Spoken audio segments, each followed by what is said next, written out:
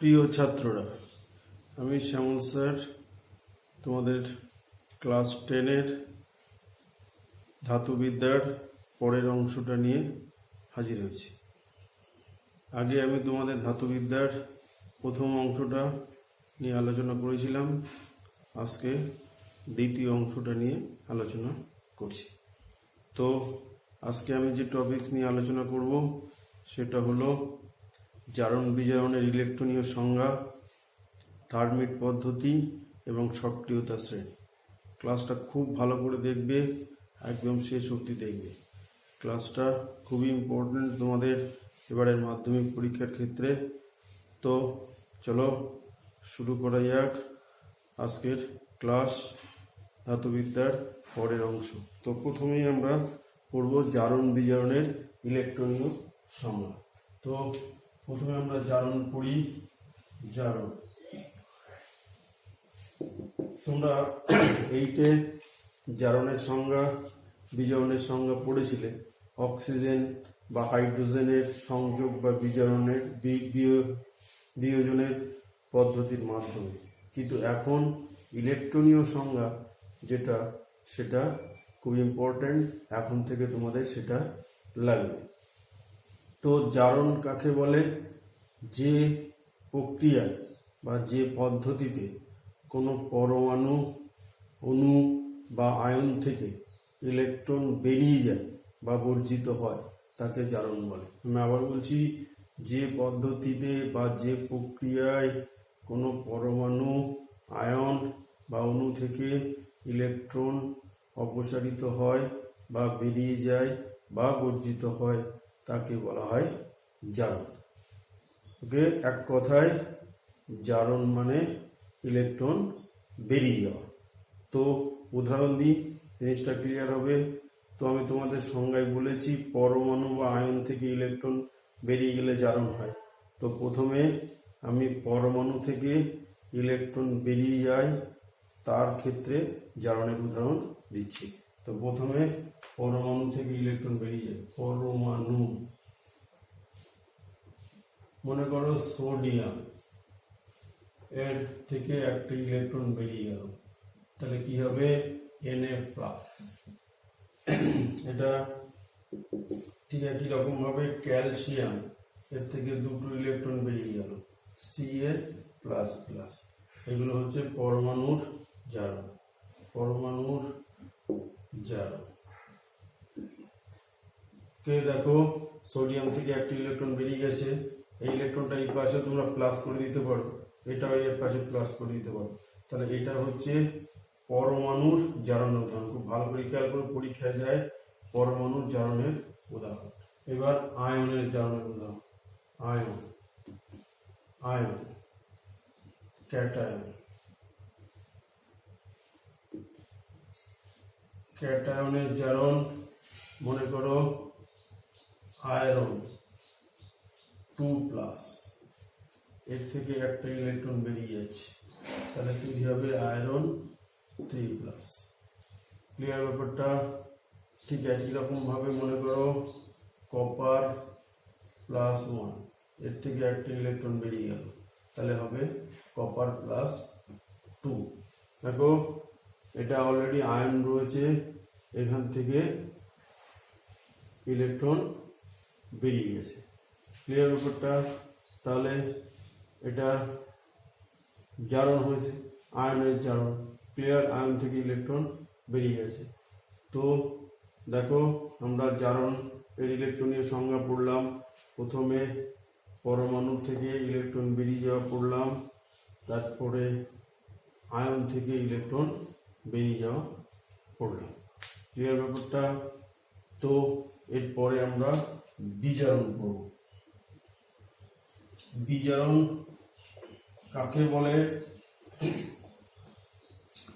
বিজারণ হচ্ছে যে প্রক্রিয়ায় কোনো পরমাণু বা আয়ন ইলেকট্রন গ্রহণ করে। আবার বলছি, যে প্রক্রিয়ায় কোনো পরমাণু বা আয়ন ইলেকট্রন গ্রহণ করে তাকে বলা হয় বিজারণ। অর্থাৎ ইলেকট্রন গৃহীত হলেই বিজারণ হয়। আমি আবার বলছি, ইলেকট্রন গ্রহণ করলে বিজারণ হয়। তো বিজারণের ওই একই রকমভাবে উদাহরণ দিচ্ছি। বিজারণের প্রথমে পরমাণুর ক্ষেত্রে উদাহরণ দিই। পরমাণুর ক্ষেত্রে বিজারণ,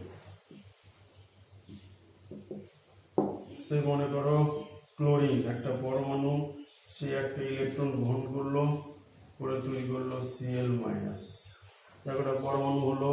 ঠিক একই রকম ভাবে অক্সিজেন দুটো ইলেকট্রন গ্রহণ করলো, তৈরি করলো O ডাবল মাইনাস। দেখো এগুলো এই একটা পরমাণু, এই একটা পরমাণু ইলেকট্রন গ্রহণ করেছে, তারা হচ্ছে বিজারণ হবে। ক্লিয়ার ব্যাপারটা? ওকে। তো আমরা পরমাণুর বিজারণ পড়লাম। এরপরে আমরা আয়নের বিজারণ পড়ব। আয়ন ইলেকট্রন গ্রহণ করবে, সে মনে করো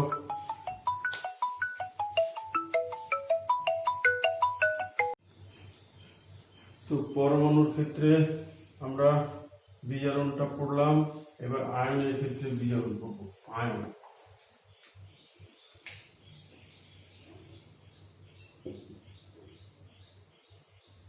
দেখো Ca ডাবল প্লাস দুটো ইলেকট্রন গ্রহণ করলে Ca পরমাণুতে পরিণত হয়। ঠিক একই রকম ভাবে আয়রন 3 প্লাস এ একটা ইলেকট্রন গ্রহণ করলো, আয়রন 2 প্লাসে পরিণত হয়। তো দেখো এটা আয়নের ক্ষেত্রে বিজারণ হলো, অর্থাৎ কপার 2 প্লাস দুটো ইলেকট্রন গ্রহণ করে কপার 2 প্লাস দুটো ইলেকট্রন গ্রহণ করলো, কপারে পরিণত হলো। আয়রন 3 প্লাস একটা ইলেকট্রন গ্রহণ করে আয়রনে পরিণত হয়েছে। দেখো এক্ষেত্রে ইলেকট্রন গৃহীত হয়েছে, এই জন্য এতে বিজারণ হয়েছে। ওকে, তো আমরা বিজারণের ইলেকট্রনীয় সংজ্ঞা পড়লাম। এবার ইলেকট্রনীয় তত্ত্ব অনুসারে জারক দ্রব্য এবং বিজারক দ্রব্য আমরা পড়ব। তো এখন আমরা পড়ব ইলেকট্রনীয় তত্ত্ব অনুসারে জারক দ্রব্য, বিজারক দ্রব্য। জারক দ্রব্য, একটা কথা বলে রাখি, জারক দ্রব্য এবং বিজারক দ্রব্য সংজ্ঞা তোমরা এইটে পড়েছো, যে জারক দ্রব্য নিজে বিজারিত হয় আর বিজারক দ্রব্য নিজে জারিত হয়। এই সম্পর্কে আমি তোমাদের একটা ট্রিক ভিডিও পাঠিয়েছি, তোমরা অলরেডি দেখেছো হয়তো। তো আমি ইলেকট্রনীয় সংজ্ঞা অনুসারে জারক দ্রব্য, বিজারক দ্রব্য বলছি। তো দেখো আমি আগে বলেছি যে যে পদার্থ নিজে জারিত হয় সে বিজারক দ্রব্য, আর যে পদার্থ নিজে বিজারিত হয় সেটা জারক দ্রব্য। তো মনে করো সোডিয়াম, এখান থেকে একটা ইলেকট্রন বেরিয়ে গেছে, তাহলে Na প্লাস হয়েছে।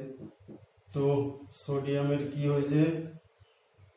জারণ হয়েছে। সোডিয়াম জারিত হয়েছে বা জারণ হয়েছে, সোডিয়াম জারিত হয়েছে মানে এখানে বিজারক দ্রব্য, বিজারক দ্রব্য। অর্থাৎ আমরা বলতে পারি যে পদার্থ নিজে জারিত হয় অর্থাৎ ইলেকট্রন অপসারণ করে সেই বিজারক দ্রব্য। আরো একটা উদাহরণ দিই, মনে করো Fe2 প্লাস, এখান থেকে একটা ইলেকট্রন বেরিয়ে গেল, হয়ে গেল Fe3 প্লাস। দেখো এই Fe2 প্লাস থেকে ইলেকট্রন বেরিয়ে গেছে, তাহলে এটার জারিত হয়েছে, সুতরাং এটাও বিজারক দ্রব্য। অর্থাৎ এক কথায় বলতে পারি যে পরমাণু বা আয়ন থেকে, যে পরমাণু বা আয়ন থেকে ইলেকট্রন বেরিয়ে যায় সে বিজারক দ্রব্য। ঠিক আছে, তাহলে আমরা বিজারক দ্রব্য পড়লাম। এবারে জারক দ্রব্য পড়ব। তো জারক দ্রব্য কাকে বলে? ঠিক তার উল্টো, যে পরমাণু বা আয়ন ইলেকট্রন গ্রহণ করে তাকে জারক দ্রব্য বলে। আবার বলছি, যে পরমাণু বা আয়ন ইলেকট্রন গ্রহণ করে, ইলেকট্রন গ্রহণ করে যে পরমাণু বা আয়ন তাকে জারক দ্রব্য বলে। সে মনে করো ফ্লুরিন, আমরা জারক দ্রব্য পড়ছি, ফ্লুরিন একটা ইলেকট্রন গ্রহণ করলো F মাইনাস, ঠিক আছে, তাহলে এর কি হয়েছে, বিজারণ হয়েছে, বিজারণ। ঠিক একই রকম ভাবে অক্সিজেন দুটো ইলেকট্রন গ্রহণ করেছে ও ডবল মাইনাস, এর বিজারণ হয়েছে, বিজারণ। ওকে, তো এক্ষেত্রে দেখো ফ্লুরিনের বিজারণ হয়েছে, অক্সিজেনের বিজারণ হয়েছে, ফলে এরা জারক দ্রব্য, এটাও জারক দ্রব্য। ওকে, অর্থাৎ যে পদার্থ ইলেকট্রন গ্রহণ করে সেটা হচ্ছে জারক দ্রব্য। তাহলে আমরা জারক দ্রব্য বিজারক দ্রব্যের ইলেকট্রনীয় সংজ্ঞা পড়লাম, ঠিক আছে। এইবার তোমাদের একটা বলে রাখি, একটা বিক্রিয়ায় একটা পদার্থ যখন জারিত হয় আর একটা পদার্থ তখন বিজারিত হয়। আমি একটা উদাহরণ দিচ্ছি, জিনিসটা একদম ক্লিয়ার হয়ে। মনে করো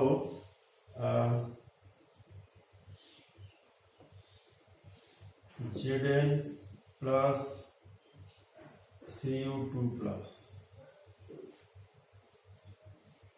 equal to Cu plus Zn2 plus.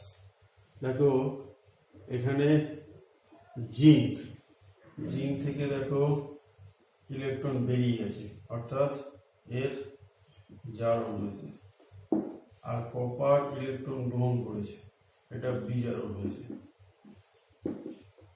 Clear? Zinc থেকে বিক্রিয়াটা দেখাই, Zn থেকে দুটো ইলেকট্রন বেরিয়ে গেছে, Zn2 প্লাস আয়ন হয়েছে, তাহলে এটা হলো জারণ।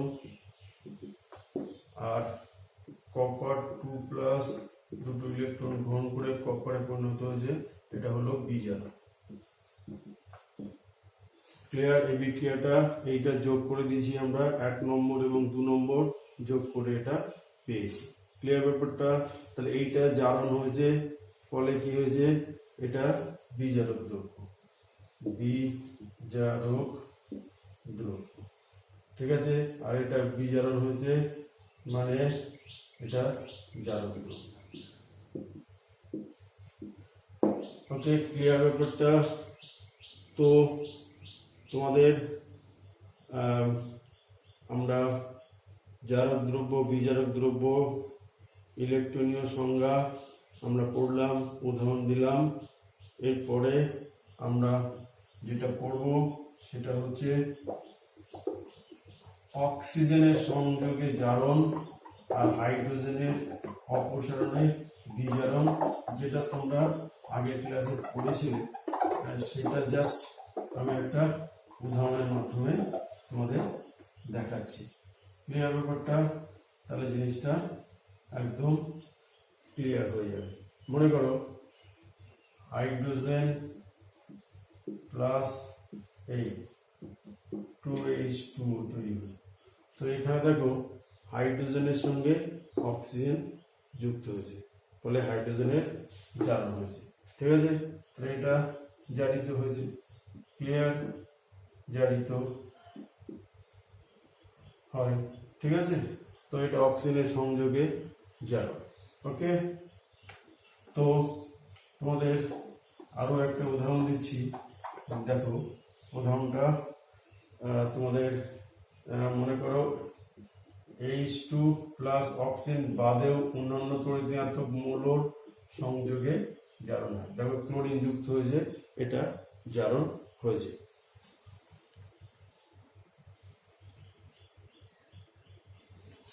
দেখো আরো একটা বিক্রিয়া বলছি, CuO প্লাস H2 সমান সমান Cu প্লাস জল। তো এখানে দেখো CuO থেকে অক্সিজেন বেরিয়ে গেছে, অক্সিজেন বেরিয়ে যাওয়া মানে বিজারণ, আর এই অক্সিজেনটা হাইড্রোজেনের সঙ্গে যুক্ত হয়েছে, এটা হচ্ছে জারণ। ওকে, তাহলে দেখো এটা আগের পদ্ধতি অনুসারে আমরা জারণ বিজারণের সংজ্ঞা পড়লাম। ওকে, এইবার আমরা যেটা পড়ব সেটা হচ্ছে আকরিক থেকে ধাতু নিষ্কাশন। এটা সর্বদাই একটা বিজারণ প্রক্রিয়া। আমি আবার বলছি, আকরিক থেকে যে ধাতু নিষ্কাশন করি আমরা, সেটা সর্বদাই একটা বিজারণ প্রক্রিয়া হয়। যেরকম একটা উদাহরণ বলি, মনে করো জিঙ্ক অক্সাইড প্লাস কার্বন, এখান থেকে তৈরি হয় Zn প্লাস CO। দেখো জিঙ্ক অক্সাইড থেকে অক্সিজেন বেরিয়ে গেছে, সুতরাং এটা বিজারণ হয়েছে। সবসময় খেয়াল রাখবে যে ধাতু আকরিক থেকে ধাতু নিষ্কাশন একটা বিজারণ প্রক্রিয়া।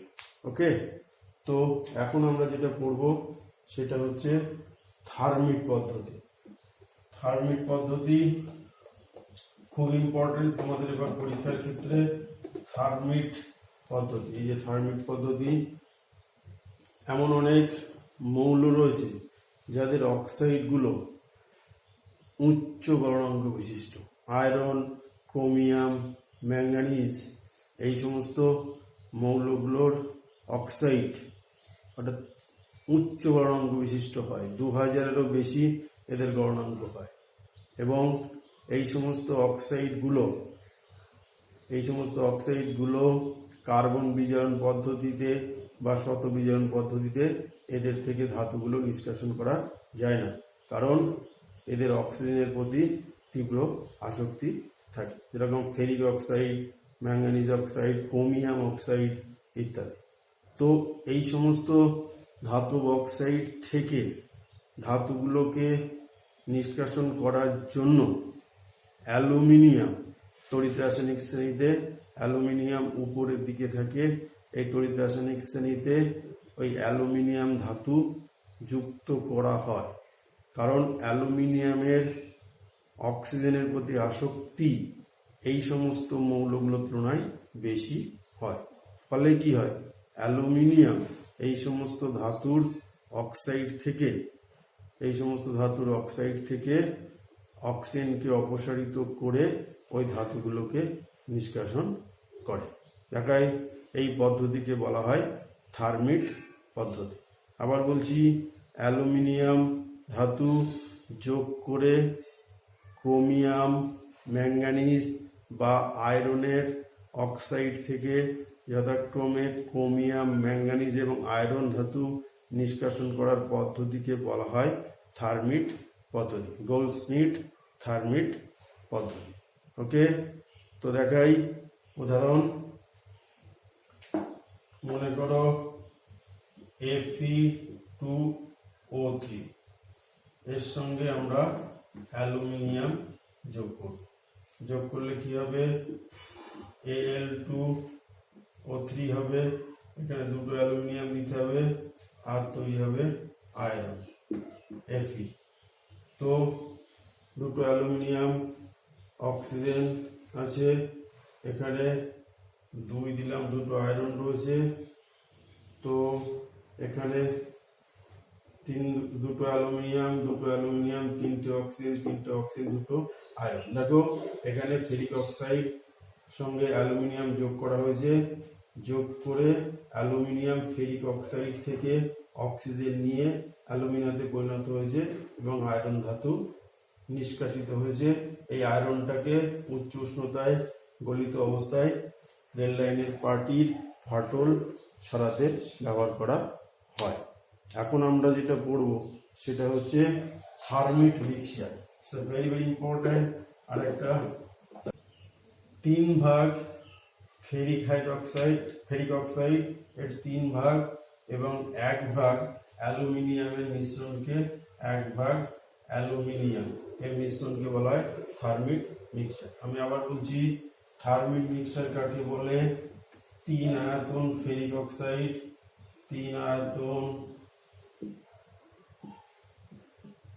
Fe2O3 এবং 1 ভাগ বা 1 আয়তন অ্যালুমিনিয়াম এর মিশ্রণকে বলে থার্মিট মিক্সচার। Thermite mixture. তো থার্মিট মিক্সচার খুব ইম্পর্টেন্ট। 3 ভাগ টেরিক অক্সাইড এবং 1 ভাগ অ্যালুমিনিয়াম মিশ্রণকে থার্মিট মিক্সচার বলে। এটা বিভিন্ন ওয়েল্ডিং এর কাজে ব্যবহার করা হয়। তো আমি তোমাদের থার্মিট পদ্ধতি পড়ালাম এবং থার্মিট মিক্সচার তোমাদের পড়িয়েছি। এখন আমরা যেটা পড়ব ধাতুর সক্রিয়তা শ্রেণী। সক্রিয়তা শ্রেণী কাকে বলে? ক্রমহ্রাসমান ধাতব চরিত্র অনুসারে আমাদের ধাতুগুলোকে যে পরপর সাজিয়ে যে শ্রেণী আমরা পাই তাকে বলা হয় সক্রিয়তা শ্রেণী। তো আমি তোমাদের আগেই বলেছি যে ধাতুগুলোকে নিষ্কাশন করা তাদের আকরিক থেকে একটা বিজারণ প্রক্রিয়া। সুতরাং এই সক্রিয়তা শ্রেণী তোমাদের খুব ইম্পর্টেন্ট। সক্রিয়তা শ্রেণীতে সবচেয়ে উপরে তোমাদের পটাশিয়াম রয়েছে। তো এই সক্রিয়তা শ্রেণীর সংজ্ঞা আজকে বললাম। পরের দিনে সক্রিয়তা শ্রেণীর উদাহরণ দিয়ে আমি তোমাদের বোঝাবো। আজকে আমি এখানেই শেষ করছি। ক্লাসটা যদি ভালো লেগে থাকে তাহলে তোমরা সাবস্ক্রাইব করবে, শেয়ার করবে, কমেন্টস করবে। তো ভালো থাকো, সুস্থ থাকো, ঘরে থাকো। ধন্যবাদ।